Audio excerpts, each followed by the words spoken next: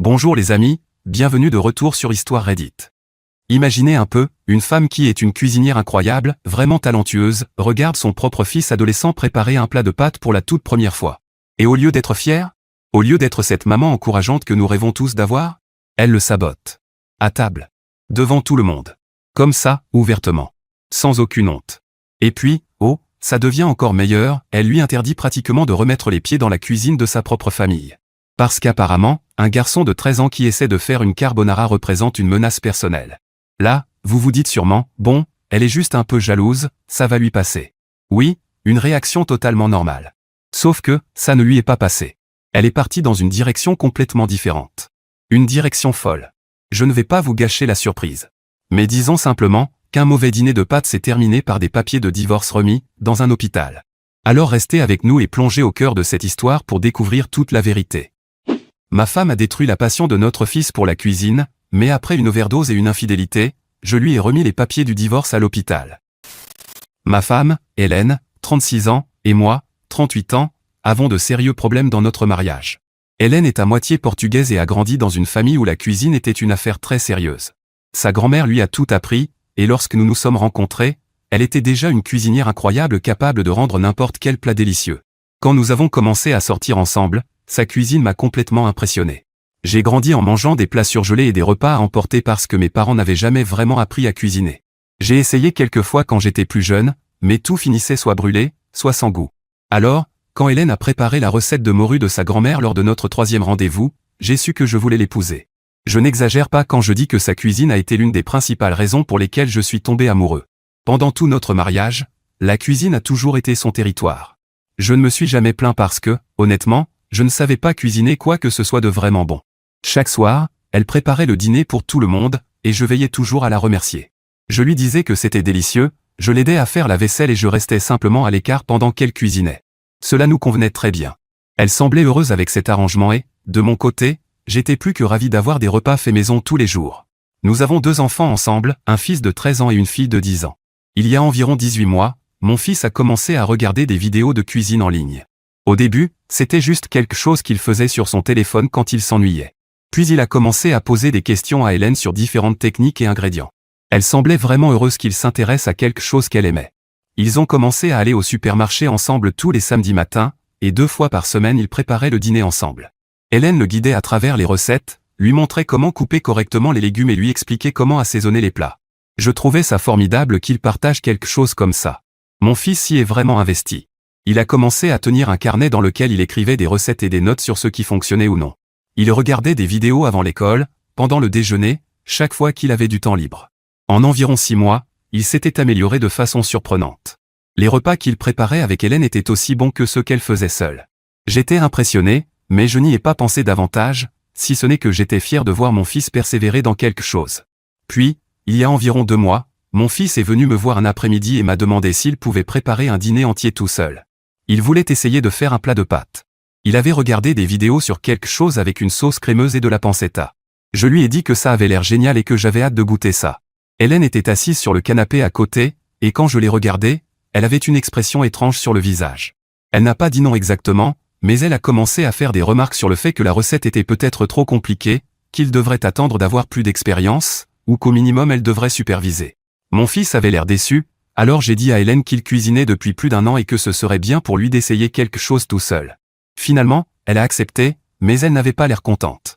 Ce samedi-là, Hélène a emmené mon fils au magasin pour acheter les ingrédients.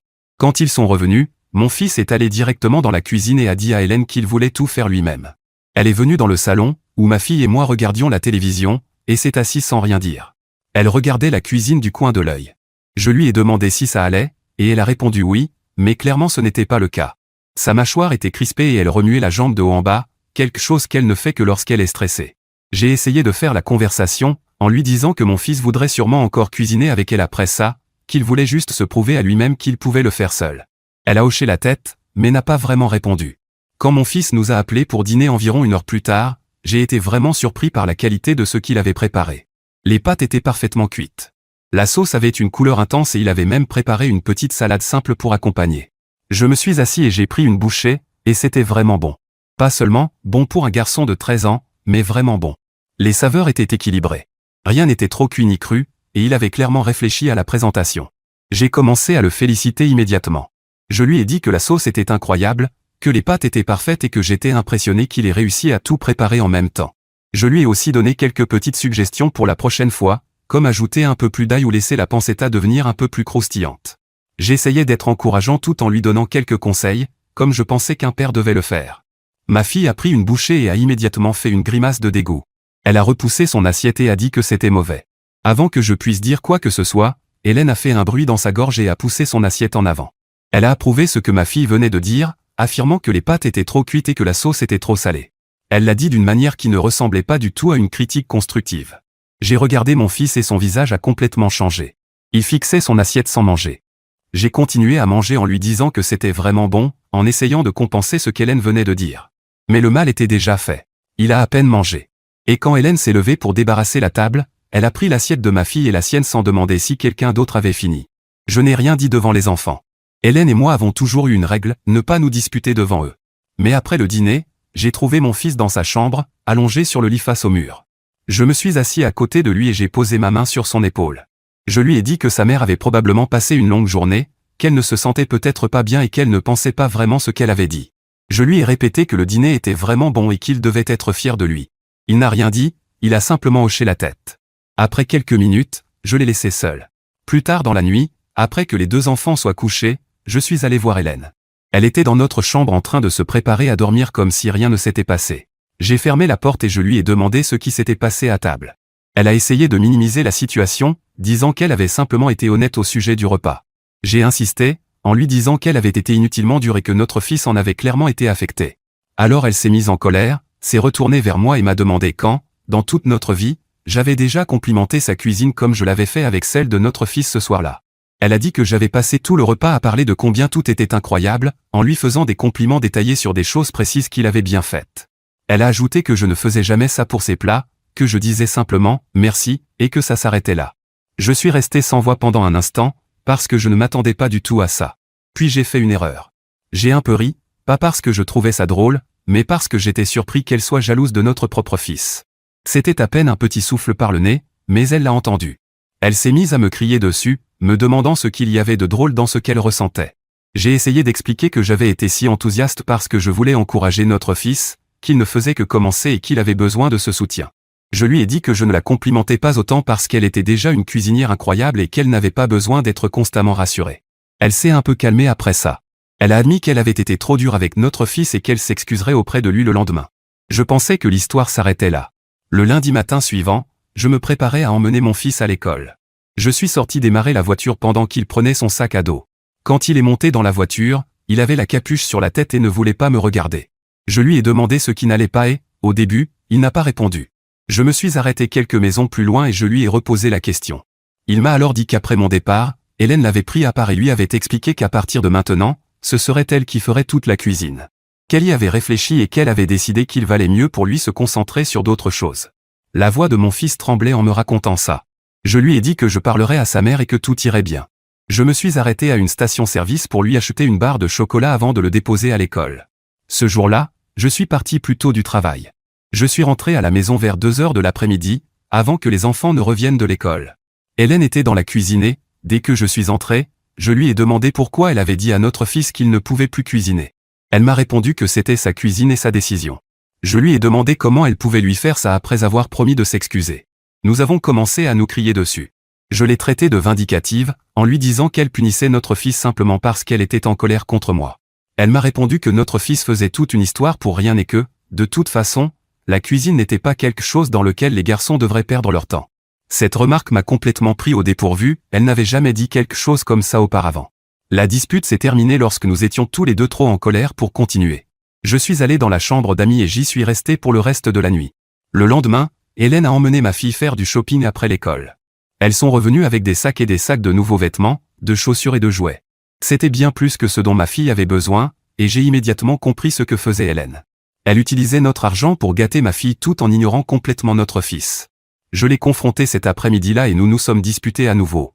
Ce soir-là, j'ai déplacé définitivement mes affaires dans la chambre d'amis. Pendant le mois qui a suivi, Hélène a continué ce comportement. Elle emmenait ma fille se faire plaisir, lui achetait tout ce qu'elle voulait et parlait à peine à notre fils sauf si c'était absolument nécessaire. Pendant ce temps, mon fils a arrêté de regarder des vidéos de cuisine, arrêté de poser des questions sur la nourriture. Il rentrait simplement de l'école, faisait ses devoirs et restait dans sa chambre. J'ai essayé d'équilibrer les choses en emmenant mon fils faire des activités qu'il aimait. Parfois, j'emmenais aussi ma fille pour que ça ne donne pas l'impression que j'avais des préférences. Mais quand ma fille venait avec nous, elle passait tout son temps à parler de tout ce que Hélène lui avait acheté ou de l'attention spéciale qu'elle recevait. On voyait que ça dérangeait mon fils, mais il ne disait jamais rien. J'ai parlé à mes parents et à mon petit frère de ce qui se passait. Ils étaient tous d'accord pour dire qu'Hélène avait tort, mais ils répétaient qu'elle finirait par se calmer, que les mariages traversent parfois des périodes difficiles. Aucun d'eux ne semblait comprendre à quel point la situation était devenue grave. Après un mois de ça, je ne supportais plus de regarder Hélène. La voir traiter notre fils comme s'il n'existait pas tout en couvrant notre fille de cadeaux m'a fait la voir sous un jour complètement différent. Nous nous étions déjà disputés au fil des années, mais elle n'avait jamais fait payer les enfants pour nos conflits. Cette fois, c'était différent. J'ai commencé à me demander si je voulais vraiment rester marié à quelqu'un capable d'être aussi cruel envers son propre fils. Je savais que je ne pouvais pas passer directement au divorce. Je devais essayer de faire quelque chose pour réparer la situation, ou au moins essayer. C'est pour ça que je poste ici. J'ai besoin de conseils sur la manière d'aborder l'idée d'une thérapie avec Hélène sans déclencher une autre énorme dispute. Je ne sais même pas si elle acceptera d'y aller. Une partie de moi craint que si je la pousse à faire ça, elle devienne encore pire avec notre fils. Mais je ne peux pas laisser les choses continuer ainsi. Eddie, la nourriture était bonne. Je ne sais pas pourquoi ma fille a fait cette grimace. J'imagine que c'est parce qu'elle est encore une enfant et qu'à son âge, moi aussi je ne voulais manger que des hamburgers et de la pizza. Mise à jour 1. J'ai emmené mon fils chez mes parents le samedi suivant mon premier message. Je leur ai raconté tout ce qui s'était passé et j'ai également laissé mon fils leur expliquer lui-même. Voir leur petit-fils leur raconter tout cela a complètement changé leur attitude. Ma mère s'est mise à pleurer et mon père a dit qu'il soutiendrait quelle que soit la décision que je prendrais. J'ai alors décidé qu'Hélène devait quitter la maison jusqu'à ce qu'elle comprenne ce qui n'allait pas chez elle. Mais je vis au Canada et un avocat m'a expliqué que je devais préparer les papiers du divorce immédiatement. Ici, soit vous restez séparés pendant 1 an, soit vous devez prouver l'adultère ou les abus pour obtenir un divorce plus rapide. L'avocat m'a dit que même si nous réparions les choses, avoir les papiers prêts était une décision prudente. Ce samedi soir-là, mon fils et ma fille sont restés chez mes parents. Moi, je suis rentré à la maison le dimanche matin avec ma mère. Elle a d'abord parlé avec Hélène, parce qu'elles se sont toujours bien entendues. Ensuite, j'ai dit à Hélène qu'elle devait quitter la maison jusqu'à ce qu'elle comprenne pourquoi elle avait traité notre fils de cette façon. Je m'attendais à ce qu'elle refuse, mais elle a accepté. Le fait que ma mère soit présente a sûrement aidé. Je lui ai donné 2 options. Elle pouvait rester chez mes parents où je paierais une chambre d'hôtel à proximité. Ses parents vivent à 6 heures de route, donc ce n'était pas vraiment une option. Je lui ai aussi dit qu'elle devait suivre une thérapie chaque semaine et que je paierais également pour cela. Le lendemain, Hélène et moi nous sommes assis avec notre fils et notre fille pour leur expliquer que leur mère allait rester ailleurs pendant quelque temps. Mon fils semblait comprendre. Ma fille, elle, est devenue très triste et s'est mise à pleurer. Hélène a fini par la calmer en lui promettant qu'elle continuerait à se voir régulièrement. Hélène a emménagé dans la chambre d'amis chez mes parents cet après-midi-là. Pendant le premier mois, les choses semblaient s'améliorer. Hélène assistait à chaque séance de thérapie. Je la retrouvais pour dîner avec les enfants quelques fois par semaine et elle traitait à nouveau notre fils normalement. Elle s'est excusée auprès de lui pour ce qu'elle avait dit et fait, et elle semblait vraiment sincère. Elle se comportait comme la femme que j'avais épousée et j'ai commencé à penser que nous pourrions peut-être réparer les choses. Puis tout s'est effondré pendant la 5e semaine. C'était un vendredi après-midi et je préparais le dîner pour les enfants quand mon téléphone a commencé à vibrer sans arrêt. Oui, je sais à quel point ça peut paraître étrange que je prépare le dîner, mais c'était toujours mieux que d'acheter des plats tout faits. Et puis mon fils m'a aidé un peu, ce qui l'encourageait à retourner dans la cuisine. Hélène m'a envoyé une longue série de messages dans lesquels elle m'insultait de toutes les manières possibles. Elle disait que j'essayais de lui voler ses enfants, que je la trompais probablement, que j'étais un idiot qui voulait contrôler sa vie. Les messages continuaient encore et encore. Puis elle a éteint son téléphone et j'ai immédiatement appelé ma mère. Elle m'a dit qu'Hélène avait quitté la maison cet après-midi-là avec toutes ses affaires sans dire où elle allait. Au cours de la semaine suivante, j'ai réussi à reconstituer ce qui s'était passé. Hélène avait parlé de notre séparation à sa meilleure amie, Trinity. Je n'ai jamais aimé Trinity. Elle était célibataire, faisait constamment la fête et, avant que nous ayons des enfants, elle convainquait souvent Hélène de sortir boire avec elle. Trinity a convaincu Hélène que j'essayais de la mettre dehors définitivement et de lui enlever les enfants. Hélène a emménagé chez Trinity et a complètement perdu le contrôle. Elle a arrêté de répondre à mes appels. Ma mère a aussi essayé de la contacter, mais Hélène ne répondait pas non plus. Puis Trinity m'a envoyé un message en me traitant de loser et en disant qu'Hélène était trop bien pour moi. Elle a aussi affirmé qu'Hélène couchait avec un type plus jeune qu'elle avait rencontré dans une boîte de nuit. J'ai fait des captures d'écran de tout. Hélène a passé toute cette semaine-là à faire la fête avec Trinity. D'après ce que j'ai appris plus tard, C'était drogue et alcool tous les soirs, le genre de vie qu'Hélène avait laissé derrière elle quand notre relation était devenue sérieuse. Le jeudi suivant, à 3 heures du matin, j'ai reçu un appel de l'hôpital. Hélène avait fait une overdose de quelque chose et quelqu'un l'avait déposée aux urgences sans donner son nom. J'ai appelé ma mère pour qu'elle vienne surveiller les enfants, puis j'ai conduit jusqu'à l'hôpital. Quand je suis arrivé, on m'a dit qu'elle était stable mais qu'elle dormait. Je suis resté dans la salle d'attente pendant des heures. Quand ils m'ont finalement laissé la voir, elle était réveillée mais dans un état terrible. Elle s'est mise à s'excuser immédiatement, en pleurant et en disant qu'elle avait tout gâché. Elle a confirmé une partie de ce que j'avais déjà compris au sujet de cette semaine-là. Je lui ai demandé directement si elle avait couché avec quelqu'un. Elle a cessé de parler et a simplement fixé le sol. C'était toute la réponse dont j'avais besoin. Je lui ai dit que ce n'était ni le moment ni l'endroit pour discuter de tout cela, qu'elle devait se concentrer sur sa guérison. Puis je suis parti. Le lendemain matin, je suis retourné à l'hôpital. Ils étaient justement en train de donner à Hélène son autorisation de sortie quand je suis entré dans la chambre. Quand les médecins ont dit qu'elle allait bien, j'ai sorti les papiers du divorce. Je lui ai dit que j'attendais qu'elle les signe dans une semaine. Je lui ai aussi dit que j'avais des preuves qu'elle m'avait trompé pendant notre séparation. Pendant les 2 semaines qui ont suivi, Hélène m'a appelé sans arrêt. Certains jours, elle pleurait et me suppliait de lui donner une autre chance, disant qu'elle avait commis une terrible erreur. D'autres jours, elle me criait dessus, m'insultait et menaçait de rendre le divorce aussi difficile que possible. Elle alternait entre ces deux comportements. Sa famille et ses amis ont aussi commencé à m'écrire. Sa sœur m'a traité de salaud sans cœur. Sa mère a dit que j'abandonnais Hélène au moment où elle avait le plus besoin de moi. Trinity m'a envoyé d'autres messages disant que j'avais détruit la vie d'Hélène. Je comprends que ce n'était pas forcément le meilleur moment pour lui remettre les papiers, mais elle allait déjà bien et, si elle faisait une nouvelle crise, au moins elle se trouvait à l'hôpital. J'étais sûr que c'était ce que je devais faire. Je ne voulais plus d'elle dans ma vie et je ne voulais pas que mes enfants soient près d'elle après tout ce qu'elle avait fait. Je prévois de demander la garde complète. Je n'ai pas encore parlé du divorce à mon fils et à ma fille. Ils pensent que leur mère est toujours partie pour essayer d'aller mieux. Je compte leur en parler dans une semaine ou 2, quand l'école sera terminée. Ok, attendez, une seconde. Donc elle est vraiment partie? Genre, elle a fait ses valises et a juste disparu avec Trinity? Après tout ça? Après la thérapie? Après les excuses? Après que les choses commençaient réellement à s'améliorer? Et ensuite Trinity envoie un message disant qu'Hélène couche avec un type rencontré en boîte? Je n'en reviens pas. Vraiment. Et puis cet appel de l'hôpital à 3 heures du matin. Franchement, j'ai eu des frissons en lisant ça. Parce que peu importe ce qu'Hélène a fait, ça reste la mère de quelqu'un. Ça reste une épouse qui s'est complètement perdue en quoi, 2 semaines? Mais je dirais ceci, le narrateur ne s'est pas effondré. Il a conduit jusqu'à cet hôpital au milieu de la nuit, il est resté assis là pendant des heures, et il a quand même géré la situation avec une certaine dignité. Ça demande une certaine force, honnêtement. Cette histoire est passée d'une dispute dans la cuisine à un véritable effondrement de toute une vie en un temps record. Je ne m'y attendais absolument pas. Mise à jour 2. Hélène a signé les papiers du divorce. Cela a pris 3 semaines au lieu d'une, mais au final elle les a signés. Son avocat a essayé de contester l'accusation d'adultère, mais j'avais les captures d'écran des messages de Trinity et Hélène a finalement admis ce qui s'était passé. Cela signifiait que nous pouvions avancer sans attendre un an. La bataille pour la garde des enfants a été plus difficile que je ne l'avais prévu. L'avocat d'Hélène a soutenu qu'elle traversait une crise de santé mentale et qu'elle méritait une autre chance d'être une mère correcte. Mon avocat a évoqué l'abus émotionnel envers mon fils, l'overdose, la consommation de drogue et l'infidélité. Nous avons fini par parvenir à un compromis. J'ai obtenu la garde principale et Hélène a droit à des visites surveillées un week-end sur 2. J'ai parlé du divorce à mon fils et à ma fille le premier jour des vacances d'été. Ma fille a pleuré pendant des heures. Mon fils m'a demandé si c'était à cause de l'histoire de la cuisine, et je lui ai dit non, que sa mère et moi avions des problèmes qui n'avaient rien à voir avec lui. Je ne pense pas qu'il m'ait cru, mais je lui ai répété plusieurs fois. Les parents d'Hélène sont venus la semaine suivante et sont restés quelques jours. Ils ont beaucoup emmené ma fille sortir et ont aussi essayé de passer du temps avec mon fils, mais ils trouvaient toujours des excuses pour les éviter. Avant de partir, son père m'a pris à part et m'a dit que j'avais détruit la vie de sa fille. Je lui ai rappelé qu'elle l'avait détruite elle-même. La première visite surveillée a eu lieu dans un centre communautaire il y a 3 semaines. Ma mère est venue avec moi et elle est restée avec Hélène, mon fils et ma fille pendant 2 heures pendant que j'attendais dans le parking. Ma mère m'a dit que ça s'était bien passé. Ma fille était heureuse de voir Hélène. Mon fils était poli mais distant. Hélène a pleuré plusieurs fois. Mon fils a recommencé à cuisiner seul le mois dernier.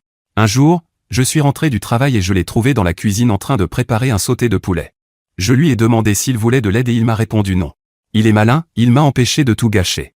Quand le dîner a été prêt, nous nous sommes assis tous les 3 pour manger. Ma fille a fait une grimace au début, peut-être par habitude, mais après avoir goûté la nourriture, elle a dit que c'était bon. Mon fils n'a rien dit, il a simplement continué à manger. Depuis, Il cuisine 2 fois par semaine. Il aimerait le faire plus souvent, mais j'ai l'impression d'être un père qui exploite son fils. Les autres jours, mon fils m'aide, mais j'essaie de préparer le plus possible moi-même. Nous avons aussi parfois des journées pizza. La deuxième visite d'Hélène a eu lieu le week-end dernier. Cette fois, elle a demandé si elle pouvait emmener les enfants chez mes parents au lieu de les voir au centre communautaire. J'ai accepté parce que ma mère serait toujours là pour superviser. Ma fille est revenue en parlant de la façon dont Hélène lui avait promis de l'emmener faire du shopping bientôt. Mon fils, lui, est rentré silencieux et est allé directement dans sa chambre. Je lui ai demandé plus tard si tout allait bien. Il m'a dit qu'Hélène n'arrêtait pas de lui poser des questions pour savoir si je voyais quelqu'un, si je parlais d'elle, ce genre de choses. Je lui ai dit qu'il n'était pas obligé de répondre à ce genre de questions s'il n'en avait pas envie et que, si elle insistait, il devait m'en parler. Le divorce devrait être finalisé d'ici le mois prochain. Après cela, Hélène veut modifier l'accord de garde. D'après ma mère, elle est sobre depuis presque 2 mois et continue d'aller en thérapie. Son avocat a déjà envoyé une lettre disant qu'elle souhaite passer à des visites non surveillées. Je ne suis pas encore prêt à envisager cela. Ma fille me demande quand elle pourra dormir chez sa mère, et je lui réponds, bientôt, sans donner de date. Mon fils, lui, ne l'a jamais demandé une seule fois. Ma relation avec mes 2 enfants a changé depuis que tout cela a commencé. Ma fille est en colère contre moi la plupart du temps. Elle me rend responsable du divorce, même si je lui ai déjà expliqué ce qui se passe, en adaptant mes explications à ce qu'une enfant de 10 ans peut comprendre. Elle fait des remarques en disant que tout était mieux avant, que j'ai tout gâché.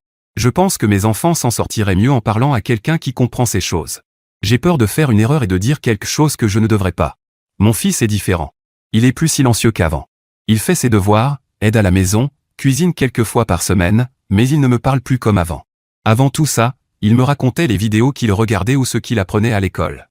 Je pensais que faire partir Hélène de la maison arrangerait les choses pour lui, mais je ne suis plus sûr que ce soit le cas. Hélène m'a envoyé un message la semaine dernière pour me demander si nous pouvions parler en personne, juste tous les deux. Je lui ai répondu qu'il n'y avait rien à dire, que le moment pour ça était déjà passé. Mais elle semble déterminée à parler, même si je n'ai aucune idée de ce qu'elle pourrait vouloir. Si c'était à propos de l'accord de garde, elle passerait par les avocats. Alors les papiers du divorce ont été signés. Hélène a admis l'infidélité.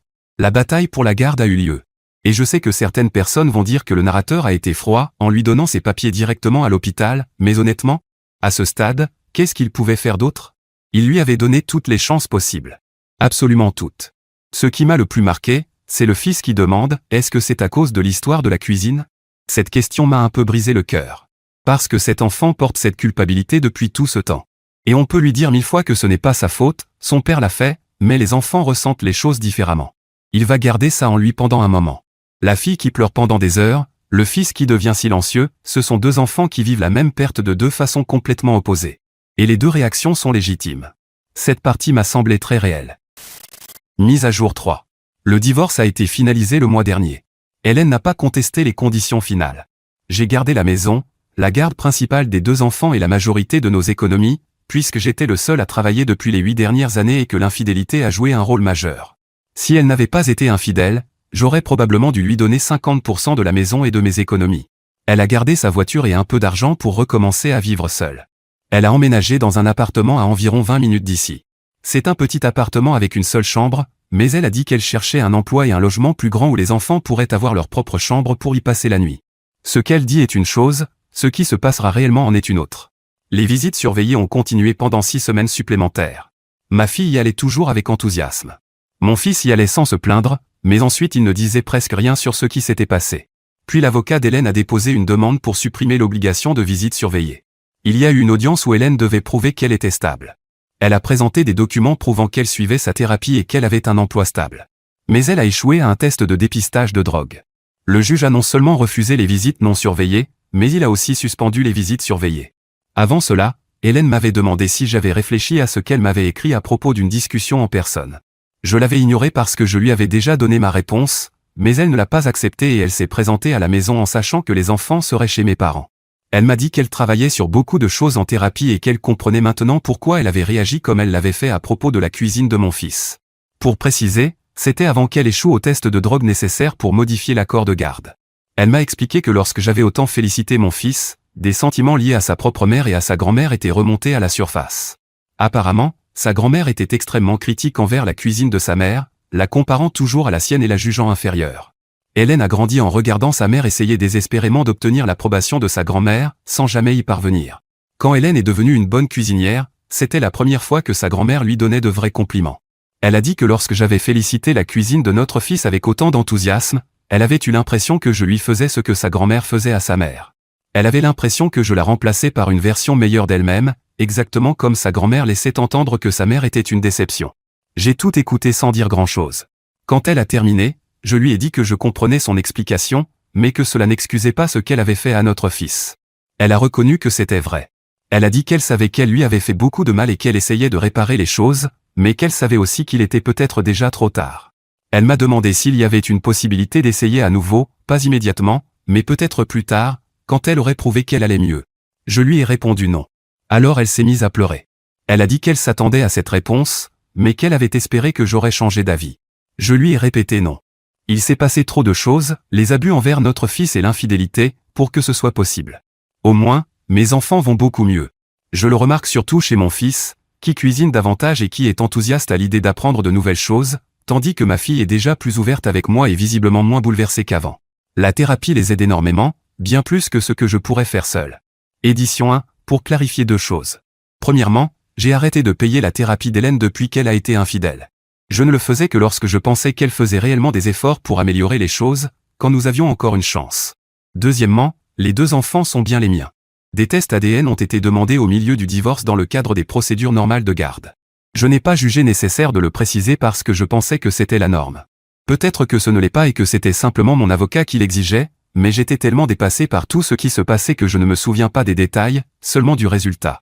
Édition 2, Hélène est entrée dans un programme de traitement des addictions grâce à ses parents.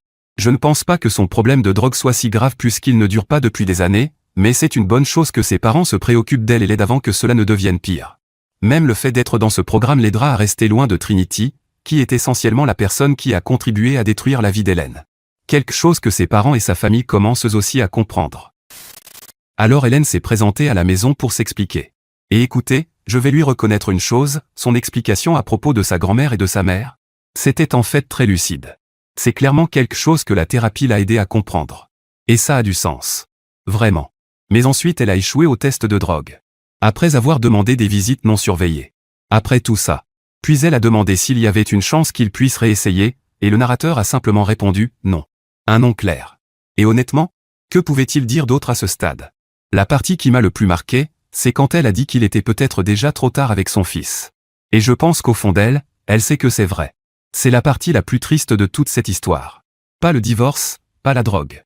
Mais une mère qui a regardé son propre enfant, et qui a laissé la jalousie prendre le dessus. Et maintenant, elle doit vivre avec ça. Mise à jour 4. Je pensais qu'après toutes ces années, vous aimeriez peut-être avoir des nouvelles de nos vies, une sorte de conclusion, parce que je n'avais pas grand-chose à raconter après ma dernière mise à jour et mes dernières modifications. Mon fils vient d'avoir 18 ans et il est entré dans une école de cuisine pour suivre ce qu'il aime. Je ne connais personne qui ait été aussi sûr de ce qu'il voulait faire plus tard, mais mon fils le sait depuis qu'il a commencé à cuisiner. Il a ce projet, à la fois fou et merveilleux, voyager à travers le monde une fois ses études terminées. Il veut travailler dans différents pays, dans différents restaurants, et absorber un peu de chaque cuisine. Ma fille a maintenant 14 ans et va beaucoup mieux. En partie parce que la thérapie l'a aidée, mais aussi parce qu'elle a grandi et comprend mieux les choses d'adulte. Elle comprend maintenant tout ce que sa mère a fait, et cela l'a rapprochée de son frère.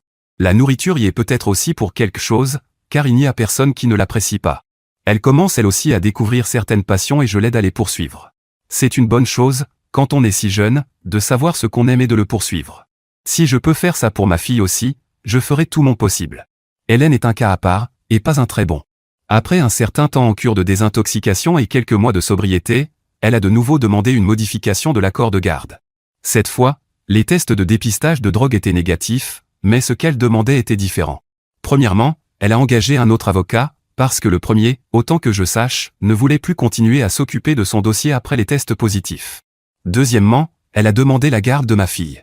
Au fil des années, j'ai eu plusieurs conversations avec ses parents, qui maintiennent une relation avec leurs petits-enfants, et ils m'ont raconté des choses intéressantes. Après son traitement, elle est revenue avec cette idée que mon fils était responsable de tout, y compris de son mariage. Ses parents étaient déjà très en colère contre elle lorsqu'elle avait échoué à son test de dépistage, mais l'entendre dire quelque chose contre leur petit-fils a été la goutte d'eau qui a fait déborder le vase. Elle a été expulsée de chez ses parents et je pense qu'elle est allée vivre chez l'amie dont je vous ai parlé ou chez une autre. Sa demande n'a abouti à rien à cause de tout son passé, et après cela il n'y a plus eu de nouvelles procédures. Je pense qu'elle a manqué d'argent ou de patience pour continuer à se battre pour être mère. Peu de temps après, elle est partie vivre avec son petit ami dans une petite ville de l'intérieur du Canada et je n'ai plus jamais eu de nouvelles directes d'elle. Ses parents en savent un peu plus, mais à voir l'expression sur leur visage, ce ne sont pas de bonnes nouvelles.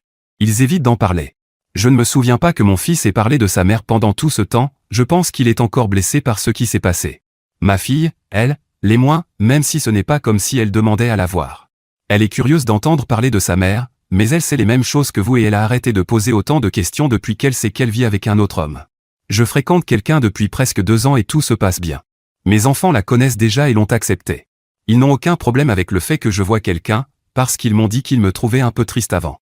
C'est possible, même si je n'avais pas vraiment le temps de penser à moi et que j'étais concentré sur d'autres choses. Je ne vois rien d'autre à ajouter, alors merci beaucoup et salutations à tous. Mise à jour sur Trinity, malheureusement, je n'ai pas beaucoup d'informations, seulement ce que j'ai entendu. Elle a été arrêtée plusieurs fois pour exhibition indécente, mais je préfère ne pas imaginer le genre de nuit sauvage que cette femme a dû vivre. Je ne pense pas que sa vie soit très stable si, à son âge, elle sort encore comme une rockstar. Alors ma famille YouTube, voici mon opinion générale sur cette histoire. Je vais être honnête avec vous, quand cette histoire a commencé, j'ai vraiment eu de la peine pour Hélène. Vraiment. Parce qu'une fois qu'on entend son explication sur la raison pour laquelle elle a réagi comme elle l'a fait, toute cette histoire avec sa grand-mère qui faisait sentir sa mère inutile, et elle qui avait l'impression que le narrateur la remplaçait de la même façon, je me suis dit, d'accord, psychologiquement ça se comprend. C'est un vrai traumatisme. Une vraie blessure. Mais voilà le problème. Comprendre pourquoi on a blessé quelqu'un n'efface pas le fait qu'on l'a blessé. Hélène a pris sa douleur d'enfance non résolue et l'a dirigée directement vers son propre fils de 13 ans. Un enfant qui voulait simplement faire des pâtes. Et c'est là que ma sympathie s'est arrêtée. Et tout ce qui s'est passé ensuite, la spirale avec Trinity, les fêtes, l'overdose, l'infidélité, montre ce qui arrive quand quelqu'un refuse d'affronter correctement ses problèmes. Hélène avait toutes les ressources possibles à sa disposition, une thérapie payée, un endroit où rester, un mari qui essayait encore. Et elle a tout jeté par la fenêtre en une semaine parce qu'une amie toxique lui a murmuré les mauvaises choses à l'oreille. C'est tragique, mais c'est aussi un choix.